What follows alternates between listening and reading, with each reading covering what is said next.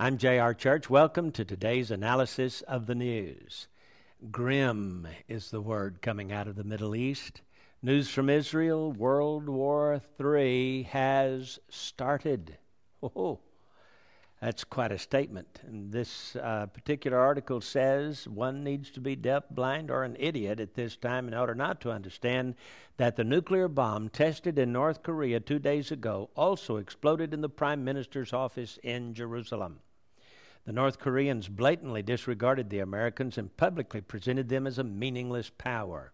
Yet officials in Jerusalem are still reciting the roadmap and making note of the evacuation of some minor West Bank outpost.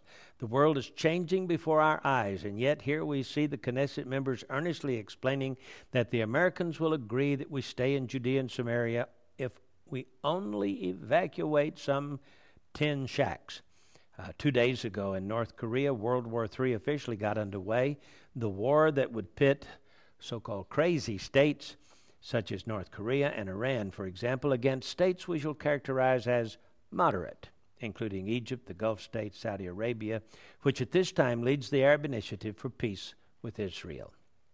This is the same North Korea that spat in America's face 3 years ago, and this week did it again. Based on the reactions in Washington, it doesn't appear that the great America will respond. All we need is for Iran to blatantly disregard America and Israel in order to prompt us to slide into a real emergency turmoil. Iran is already here, and it says there is a direct and intimate link between the Korean bomb and the planned Iranian bomb, between Iran and North Korea's spit in America's face, Washington's desire and ability to lead the fight against the crazy world, and the Israeli government's conduct. Has World War III started?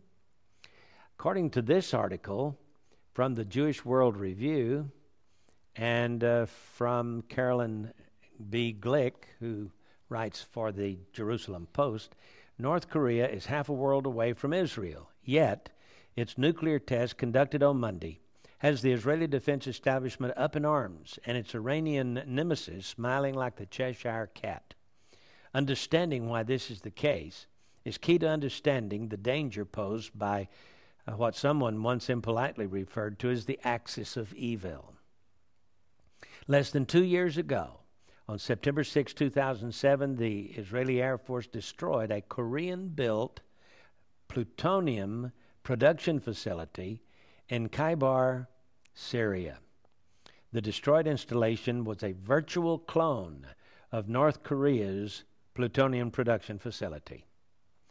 This past March, the Swiss Daily reported that Iranian defector Ali Reza Asghari, who before his March 2007 defection to the United States served as a general in Iran's Revolutionary Guards and as deputy defense minister, divulged that Iran paid for the North Korean facility built in Syria. Tehran viewed the installation in Syria as an extension of its own nuclear program. According to Israeli estimates, Tehran spent between $1 billion and $2 billion for the project. It can be assumed that the Iranian personnel were present in North Korea during Monday's test. Over the past several years, Iranian nuclear officials have been on hand for all of North Korea's major tests, including its first nuclear test and its intercontinental ballistic missile test in the year 2006.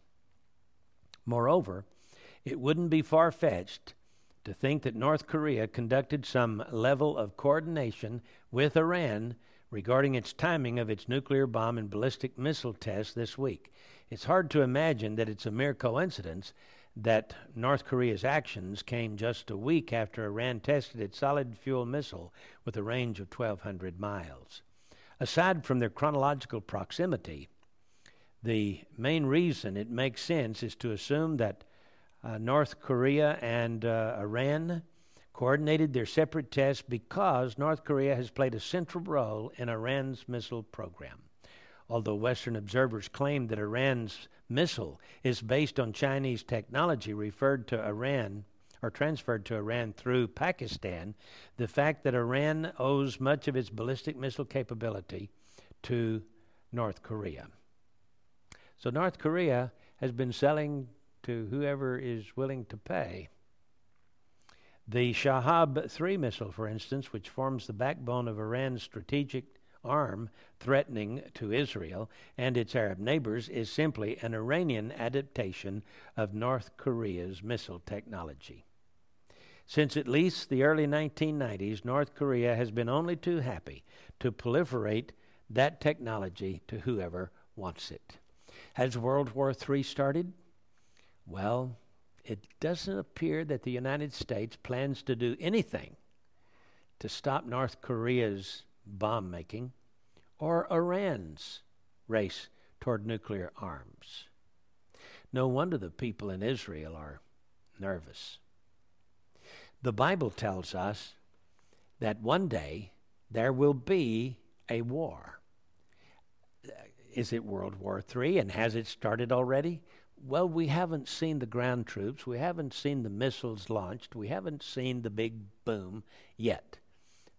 When it will start, nobody knows for sure. But things are tightening up. It looks like we could soon see a war in this old world unlike anything previously known. Worse than World War I, for sure. Worse than World War II, indeed. Worse than anything we have ever seen before. World War III. But Jesus said, when ye shall see all these things come to pass, look up, for your redemption draweth nigh. Say, we're getting close. I'm J.R. Church. We'll see you again tomorrow with our analysis of the news.